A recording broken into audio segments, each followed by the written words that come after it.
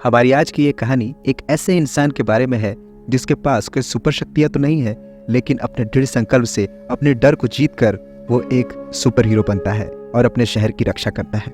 तो आइए इस कहानी की शुरुआत करते हैं। लेकिन शुरुआत करने से पहले अगर आपको मेरा काम पसंद आ रहा है और मूवीज की एक्सप्लेनेशन देखना आपको पसंद है तो हमारे चैनल वॉचर पॉइंट को जरूर सब्सक्राइब करें।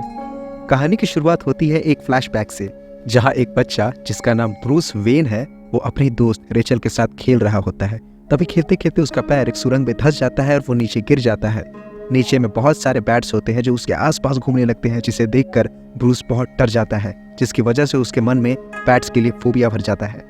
तभी वहां पे ब्रूस के फादर थॉमस वेन आ जाते हैं, जो कि शहर के जाने माने रईस और कामयाब इंसान है।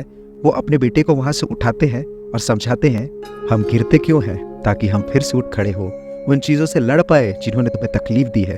तुम कभी भी डरना नहीं ब्रूस, हमेशा अपने डर का सामना करना। थॉमस वेन केवल रईस और कामयाब इंसान ही नहीं बल्कि एक बहुत अच्छे इंसान भी होते हैं। उन्होंने शहर में एक सस्ती ट्रेन भी चलवाई होती है ताकि अमीर लोग ही नहीं बल्कि गरीब लोग भी ट्रैवल कर सके। एक दिन ब्रूस अपने माता पिता के साथ ओपेरा देख रहा होता है। नाटक के थीम में बहुत सारे बैट होते हैं, जिसको देखकर ब्रूस बहुत डर जाता है। इसीलिए ब्रूस अपने माता पिता को कहता है कि उसे नाटक नहीं देखना, यहाँ से वो जाना चाहता है। अपने बेटे को परेशान देखकर माता पिता उसके साथ ओपेरा छोड़कर बाहर चले जाते हैं और पीछे के रास्ते से जा रहे होते हैं। तभी वहां पर एक चोर आ जाता है और वो अपनी गन पॉइंट पे उन्हें ले लेता है और उनसे पैसों की मांग करता है। थॉमस वेन अपना पर्स निकाल कर दे भी देते हैं, लेकिन फिर भी वो चोर ब्रूस वेन के माता पिता को गोली मार देता है, उनकी हत्या कर देता है और वहां से भाग जाता है। वो अपने माता पिता की मौत का जिम्मेदार खुद को समझता है, क्योंकि अगर उस दिन वो बाहर जाने की जिद ना करता तो उसके माता पिता ओपेरा देखते रहते और उनकी मौत नहीं होती। अब ब्रूस की पूरी जिम्मेदारी उनके घर के बटलर ऑल्फ्रेड पे आ जाती है। ऑल्फ्रेड ब्रूस को समझाते हैं कि इसमें उनका कोई दोष नहीं है। देखते ही देखते 14 साल बीत जाते हैं और जिस आदमी ने ब्रूस के माता पिता की हत्या की थी वो भी 14 सालों से जेल में है। उसके ऊपर केस चल रहा है, पर उसे पेरोल पे छोड़ दिया जाता है, क्योंकि वो एक शहर के बहुत बड़े डॉन जिसका नाम फैल्कन है उसके खिलाफ गवाही देता है। क्योंकि फैल्कन जब जेल में था तो वो भी उसके साथ ही था और उसे कुछ ऐसी बातें पता चली थी जो फैल्कन के बाहर होने पे फिर से उसे जेल पहुंचा सकती थी। और पुलिस का मानना था कि फैल्कन के खिलाफ इस आदमी के जरिए कई सबूत इकट्ठे किए जा सकते हैं, फैल्कन के ऊपर वापस केस करके जेल में लाया जा सकता है। लेकिन उसके पेरोल पे छूटने पे ब्रूस बहुत दुखी होता है और अपने हाथ में एक गन रखता है जिससे वो उसे मार सके। कि केस की सुनवाई के बाद ब्रूस उसे मारता उससे पहले ही फैल्कन का कोई आदमी उसे मार देता है। ब्रूस के साथ रेचल भी होती है, जो कि अब असिस्टेंट लॉयर होती है। ब्रूस उसे बताता है कि वो कब से उस आदमी को मार देना चाहता था, क्योंकि उसके माँ बाप को इंसाफ चाहिए। तभी रेचल उसे समझाती कि तुम इंसाफ की बात नहीं कर रहे हो, तुम तो बदले की बात कर रहे हो। तभी ब्रूस उसे अपना गन दिखाता है। फिर रेचल उसके गाल पे 2 थप्पड़ मारती है और उसे फैल्कोनी के अड्डे पे ले जाती है और वहां पे उसे छोड़ देती है। लेकिन छोड़ने से पहले वो उसे बताती है कि आज अगर तुम्हारे माता पिता जिंदा होते तो शर्म से डूब मरते, क्योंकि उनका बेटा एक हत्यारा बनने जा रहा था। क्योंकि ब्रूस के पिता एक अच्छे इंसान थे, कानून पर उनका विश्वास था। वो गौतम शहर से हमेशा के लिए गरीबी, भ्रष्टाचार, अत्याचार, जुर्म को दूर करना चाहते थे। ब्रूस को अब अपनी गलती का एहसास हो जाता है। अब ब्रूस के पिता के कातिल को जिसने मरवाया था उसके पास जाता है। तभी फैल्कन उससे कहता है कि तुम थैंक यू नोट भी भेज देते तो काफी होता। लेकिन ब्रूस कहता है कि मैं तुम्हें थैंक यू बोलने नहीं आया हूँ, मैं तुमसे नहीं डरता हूँ। तभी फैल्कोनी कहता है कि तुम मुझे जानते ही नहीं हो बच्चे, यहाँ पे सरकारी विभाग के कुछ आदमी है, कुछ पुलिस ऑफिसर्स भी, लेकिन इन सबके सामने भी मैं तुम्हारी खोपड़ी उड़ाने से बिल्कुल भी नहीं हिचकिचाऊंगा। और ये कौन सी ताकत है जानते हो? इसे डर की ताकत कहते हैं। के बाद ब्रूस को वो लोग वहां से उठा के बाहर फेंक देते हैं, जिसके बाद ब्रूस डिसाइड करता है कि वो डर की ताकत को पहचानेगा, उसे महसूस करेगा। आखिर डर कैसा होता है? वो जानना चाहता है कि आखिर जब एक चोर चोरी करता है तो उसके मन में कितना डर होता है, वो क्या महसूस करता है। ये सारी बातें ब्रूस पता लगाना चाहता है, इसीलिए वो अब जुर्म की दुनिया में कदम रखता है, क्राइम करता है, सिर्फ ये जानने के लिए कि आखिर जुर्म करने के बाद उस जुर्मी के मन में क्या चलता है। वो अपनी दुनिया छोड़ देता है, अपने घर से दूर चला जाता है और 7 सालों तक घर वापस नहीं आता, गायब हो जाता है। और अब इन 7 सालों के फ्लैशबैक में हमें दिखाया जाता है कि उसने पूरे काम करना स्टार्ट कर दिए थे। अपनी इस जर्नी के दौरान एक चोरी के मुताबिक उसे पुलिस पकड़ के साथ भी ले जाती है और जेल में बंद कर देती है। और उस जेल के अंदर उसके साथ काफी बुरे सलूक होते हैं। वहाँ पर काफी सारे कैदी आकर उसे मारने लगते हैं। वो वहाँ पे कई कैदियों से लड़ता है, क्योंकि उसके दिल में अब डर नहीं है। लेकिन एक डर अभी भी है उसके दिल में, चमगादड़ों का डर। जेल में ब्रूस से मिलने एक आदमी आता है जिसका नाम हेनरी डुकॉट होता है। वो ब्रूस से कहता है कि मैं तुम्हारी जिंदगी का मकसद ढूंढने में, उसे पाने में मदद करूंगा। वो उसे लीग ऑफ शैडोज नाम के एक ऑर्गेनाइजेशन के बारे में भी बताता है, इस ऑर्गेनाइजेशन का जो हेड होता है उसका नाम राज़ अल गुल होता है। लीग ऑफ शैडोज़ ऑर्गेनाइजेशन का काम दुनिया से जुर्म मिटाना होता है। ब्रूस बहुत ही कठिन ट्रेनिंग करता है, बहुत ही हार्ड ट्रेनिंग करता है, और ट्रेनिंग के दौरान हेनरी ब्रूस के दिल और दिमाग में बैठे डर पे काबू पाने और उसे निकालने में बहुत मदद करता है। ब्रूस अपनी ट्रेनिंग खत्म करने के बाद दिल और दिमाग और आत्मा से बहुत स्ट्रांग बन जाता है। ट्रेनिंग खत्म होने के बाद डुकार्ड उसके सामने एक आदमी को रखता है और कहता है कि इसे मार दो क्योंकि ये आदमी ने जुर्म किया है। लेकिन ब्रूस ऐसा नहीं करता।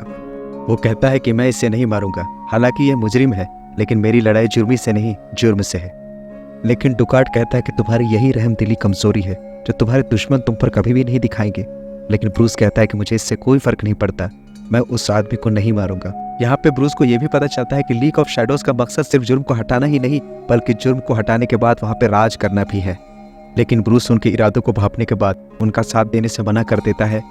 फिर वहाँ पे भयंकर लड़ाई शुरू हो जाती है और लड़ाई में वो राज़ अल गुल को मार देता है और उस जगह को भी तबाह कर देता है। लेकिन लड़ाई करते करते वो जगह तो तबाह हो जाती है, लेकिन एक समय ऐसा भी आता है जब हेनरी डुकार्ड मरने वाला होता है, लेकिन ब्रूस उसकी जान को बचा लेता है और उसके बाद वो वहाँ से चला जाता है। उसके बाद ब्रूस अल्फ्रेड से मिलता है। वापस आने के दौरान अल्फ्रेड ब्रेन में उसे बताता है कि उसे मुर्दा घोषित कर दिया गया है क्योंकि वो 7 सालों से नहीं आया, ना ही उसका कुछ अता पता चला। तो ब्रूस अल्फ्रेड से कहता है कि मैं गौतम शहर से जुर्म और क्राइम को पूरी तरह से मिटा देना चाहता हूँ और इसके लिए मुझे एक दूसरे चेहरे की ज़रूरत होगी, क्योंकि मेरे चेहरे ब्रूस वेन को हर कोई पहचानता है। कोई भी मुझे मार सकता है, लेकिन मेरे दूसरे चेहरे का ना कोई नाम होगा और ना ही पहचान। घर जाने के बाद वो उन्हीं केव्स में जाता है जहाँ गिरने के बाद उसके मन में चमगादड़ों के प्रति डर बैठ गया था। दरअसल उन केव्स को ब्रूस के दादाजी ने सिविल वॉर्स के दौरान बनाया होता है। अब ब्रूस फैसला करता है कि वो वापस कंपनी जाएगा और कंपनी का काम संभालेगा। तभी वहां पहुंचने के बाद उसकी मुलाकात एक आदमी से होती है जिसका नाम होता है लूसियस फॉक्स। फॉक्स वही आदमी है जिसने ब्रूस के पिता की बहुत मदद की थी ट्रेन बनाने में, लेकिन उसके पिता की मृत्यु के बाद उसे बोर्ड मेंबर से निकालकर वेपन डिपार्टमेंट में डाल दिया गया था। वहाँ पे ब्रूस लूसियस फॉक्स से कहता है कि उसे पैराग्लाइडिंग और बंजिंग जंपिंग के लिए कुछ सूट्स चाहिए। अभी फॉक्स उन्हें कुछ सूट्स दिखाता है जो कि बहुत पावरफुल होते हैं, जिस पर गोली का भी असर नहीं होता। तभी ब्रूस की नज़र वहाँ पर एक गाड़ी पे पड़ती है जिसका नाम टम्बलर होता है। तभी फॉक्स बताता है कि ये गाड़ी दरअसल सेना के लिए बनी थी, जो कि पानी में भी चल सकती है और बड़े बड़े पहाड़ों पे भी चढ़ सकती है। तो इस तरह अब ब्रूस के पास सूट भी है, वेपन भी है और एक गाड़ी भी है, और वो अपने काम को अंजाम देने के लिए पूरी तरह से मेंटली तैयार भी है। वो गौतम सिटी से जुर्म को मिटाने के लिए अपने ही डर का इस्तेमाल करता है। जिस बचपन से ही बैट से बहुत डरता था, इसीलिए अब वो बैटमैन का रूप लेता है ताकि वो जुर्म का सफाया कर सके गौतम सिटी से। बैटमैन का रूप लेने के बाद वो सबसे पहले जाता है शहर के सबसे ईमानदार पुलिस ऑफिसर के पास, जिसका नाम होता है जेम्स गॉर्डन।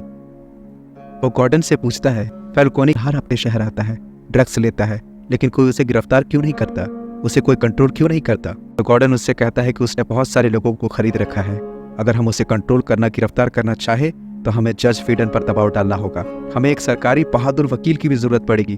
तो ब्रूस कहता है रेचल डॉस, क्योंकि जानता है कि उसकी दोस्त रेचल एक बहादुर वकील है, ईमानदार है और वो गौतम शहर से क्राइम को हमेशा खत्म करना चाहती है।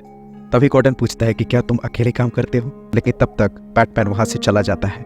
इसके बाद सीधा बैटमैन उस जगह पहुंचता है जहाँ पे बहुत सारे कंटेनर्स होते हैं। उन कंटेनर्स में से एक कंटेनर फैल्कोनी का भी होता है, जिसके अंदर बहुत सारे ड्रग होते हैं जो कि स्मगलिंग के होते हैं। तभी बैटमैन वहां पर पहुंच जाता है और एक एक करके सभी गुंडों को मारने लगता है, और उन सभी को हराने के बाद फैल्कोनी के पास पहुंच जाता है और उससे एक बहुत बड़ी स्पॉटलाइट से बांधकर वहां से चला जाता है। और बैटमैन सारे सबूत रेचल डॉस को देखकर वहां से निकल जाता है। आगे हम देखते हैं कि कारमाइन फैल्कोनी को पुलिस हिरासत में ले लेती है और उस पर केस भी चलने वाला होता है, जिसकी अगुवाई रेचल डॉस कर रही होती है। लेकिन उससे पहले कारमाइन पुलिस हिरासत में ही अपने कलाइयों को काट लेता है, जिसकी वजह से डॉक्टर क्रेन उससे मिलने आता है, जो कि एक साइकेट्रिस्ट है, और ये वही आदमी है जो कारमाइन फैल्कोनी से ड्रग्स खरीदता था और इन ड्रग्स का प्रयोग वो लोगों पे करता था। यहाँ पर फैल्कोनी कहता है कि अगर उसने इसकी मदद नहीं की तो वो सबको ये बता देगा कि उन ड्रग्स का इस्तेमाल वो कैसे लोगों पे करता है।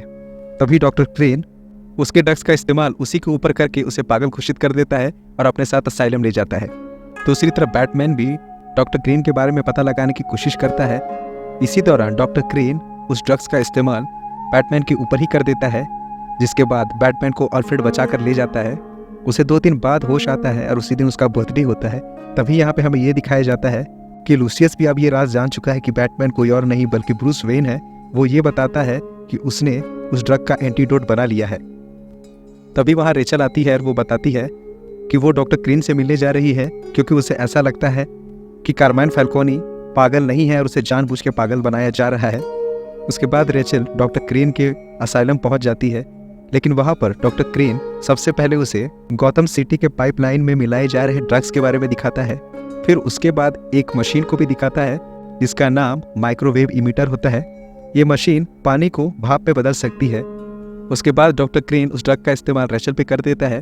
फिर वहाँ बैटमैन आता है और बड़ी ही चालाकी से रेचल को वहाँ से बचा के ले जाता है जहाँ पे लूसियस उसे एंटीडोट देता है। उसके बाद ब्रूस अपने बर्थडे पार्टी में शामिल हो जाता है जहाँ बड़े बड़े ऑफिसर गौतम सिटी के बड़े बड़े रईस आए होते हैं। तभी वहाँ पे ब्रूस की मुलाकात हेनरी डुकॉट से होती है। वहाँ पता चलता है कि राज़ अल गुल दरअसल कोई और नहीं हेनरी डुकॉट ही था। उसके बाद डुकॉट कहता है कि उन्होंने गौतम शहर को तबाह करने का फैसला ले लिया है क्योंकि ये शहर बहुत ही करप्ट हो चुका है, और अगर तुम चाहते हो कि किसी की जान ना जाए तो तुम सबको यहाँ से कैसे भी करके निकाल लो। फिर ब्रूस सबको बुरा भला कह के वहाँ से उन्हें जाने के लिए कहता है और सभी लोग गुस्से में वहाँ से चले भी जाते हैं। इसके बाद हेनरी डुकॉट पूरे घर में आग लगा देता है और ब्रूस को वहीं मरने के लिए छोड़ देता है। साथ ही वह कहता है कि तुम मेरे घर आए, मेरे घर को जलाया और मुझे मरने के लिए छोड़ दिया, अब हिसाब चुकता हुआ है। ऐसा बोल के वो वहाँ से चला जाता है। दरअसल राज़ अल गुल चाहता था कि पूरे शहर में ड्रग्स का नशा फैला दिया जाए जिससे कि लोग आपस में ही लड़कर ख़त्म हो जाए। इसीलिए वो माइक्रोवेव इमीटर को वेन इंटरप्राइजेस में ले जाना चाहता है क्योंकि वेन इंटरप्राइजेस से ही पूरे शहर को पानी का सप्लाई होता था। इसीलिए अगर वेन इंटरप्राइजेस तक इमीटर पहुंच जाता है तो डॉक्टर क्रेन ने जिस ड्रग्स को पानी में मिलाया था उसे पूरे शहर में भाप बना के उड़ा सकते हैं। इसीलिए हेनरी मशीन को उसी ट्रेन में फिट करता है जो कि डायरेक्ट वेन इंटरप्राइजेस जाती थी और उसे एक्टिवेट भी कर देता है, जिसकी वजह से ड्रग्स भाप बन के उड़ना भी शुरू कर देती है और लोगों पे असर भी दिखने लगता है और लोग आपस में लड़ने भी लगते हैं। इसी बीच रेचल भी कुछ ऐसे ही लोगों के बीच में फंस जाती है जहाँ पे बैटमैन आके उसे बचा लेता है और यहीं पे रेचल को पता चलता है कि बैटमैन कोई और नहीं बल्कि ब्रूस वेन है। उसके बाद बैटमैन डायरेक्ट उस ट्रेन में जाता है जहाँ पे राज़ अल गुल होता है और राज़ अल गुल और उसके बीच बहुत ही घमासान लड़ाई होती है जिसमें बैटमैन राज़ अल गुल को हरा देता है और उसे अपने वश में ले लेता है।